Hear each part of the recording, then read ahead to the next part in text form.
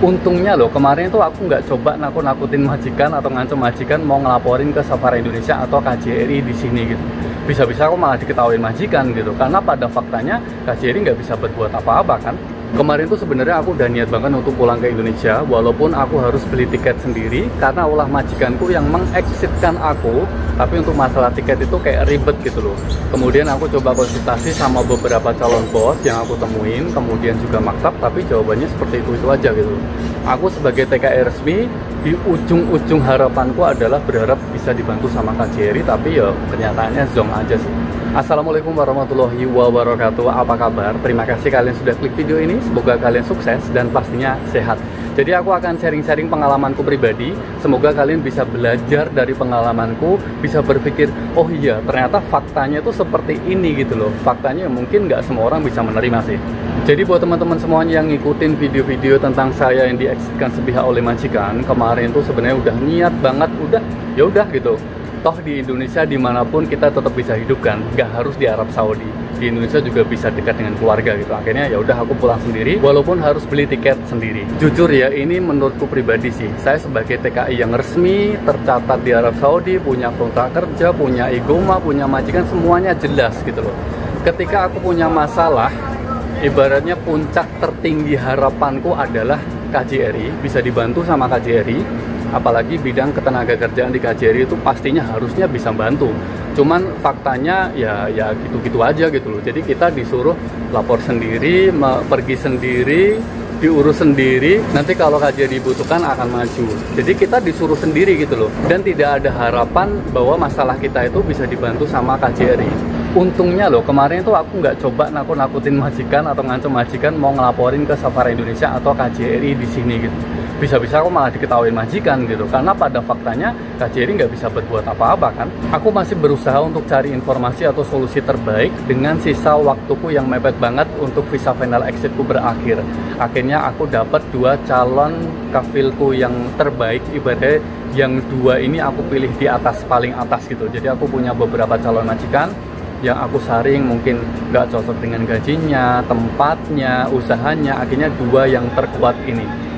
Yang satu pinter, yang satu ini juga baik, tapi nggak pinter gitu loh. Kemudian pada akhirnya aku memilih calon yang bos yang kedua ini, bukan yang pinter banget itu enggak gitu. Tapi ya pinter banget aku sampai saat ini masih komunikasi.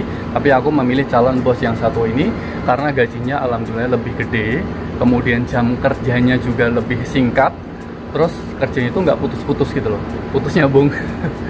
Pagi kerja, siang istirahat, sore berangkat lagi, enggak gitu. Jadi kerjanya sekali gitu. Jadi habis duhur sekitar jam 2 sampai jam 11. Jadi langsung aja.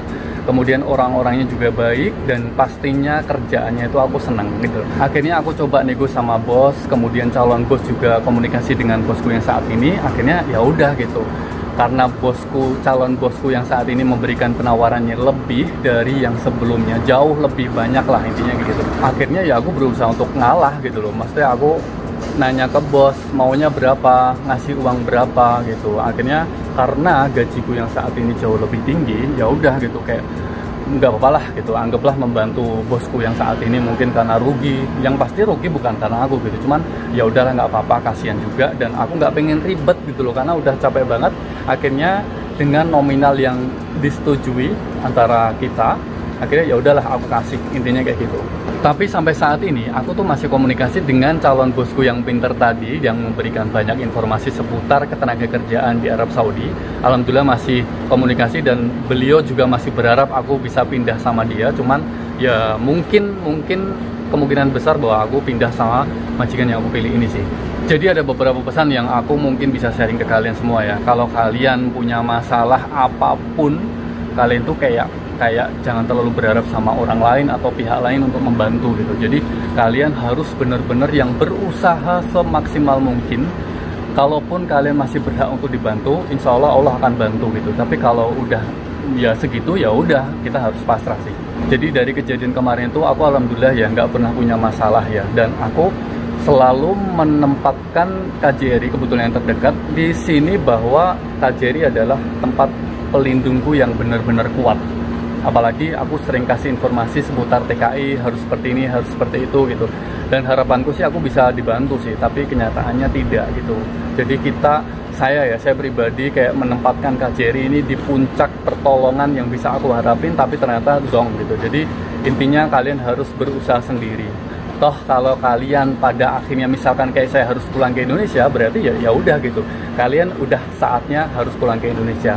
Kenapa aku buat video ini? Karena ada beberapa temanku yang mengalami kasus yang sama kayak aku, dan akhirnya mereka ya pulang aja gitu loh. Jadi udah teman-temanku yang kemarin-kemarin itu udah pulang ke Indonesia gitu loh. Ya mungkin untuk teman-teman yang sudah pulang ke Indonesia, apa ya, perjuangannya kurang maksimal ya. Kemudian infonya juga belum update, aturan-aturannya juga belum update. Beda dengan yang sekarang gitu. Insya Allah sih lebih dipermudahkan dibanding yang kemarin-kemarin sih, insya Allah sih. Jadi kemarin lapor KJRI itu disuruh lapor maktab amal sendiri, berangkat sendiri, buat laporan sendiri. Nanti kalau KJRI dibutuhkan akan membantu. Cuman aku coba konsultasi, komunikasi dengan orang yang tahu seputar maktab amal. Ternyata kalau kita lapor sama maktab amal tuh butuh waktu dan emang harus sabar gitu. Yang lapor kan banyak gitu. Jadi kayak saya pribadi sih kayak jadi pesimis gitu. Oh, kayak percuma aja lapor maktab amal, tapi ujung-ujungnya bisa sebulan, 2 bulan, 3 bulan, nggak tahu kapan gitu. Jadi akhirnya ya udah kayak ngedown gitu. Jadi berharap sama KJRI ya seperti itu, berharap sama maktab amal, walaupun aku belum pernah bersentuhan langsung dengan maktab amal ya. Informasinya akan harus nunggu lama gitu. Jadi akhirnya ya kayak ngedown sendiri, pesimis sendiri gitu loh. Cuman alhamdulillahnya aku temu sama 2 calon bosku ini yang kayak bener-bener memperjuangkan aku gitu loh. Yang niatnya udah pengen pulang ke Indonesia udah santai aja. Kita masih bisa hidup dimanapun, walaupun di Indonesia, di Afrika atau dimanapun, kita masih tetap bisa hidup, nggak harus di Arab Saudi. Tapi alhamdulillahnya masih banyak orang-orang baik di sini. Akhirnya ya udah aku masih bertahan di sini. Terima kasih, jangan lupa untuk like, share, dan juga subscribe channel ini. Wassalamualaikum warahmatullahi wabarakatuh. Bye.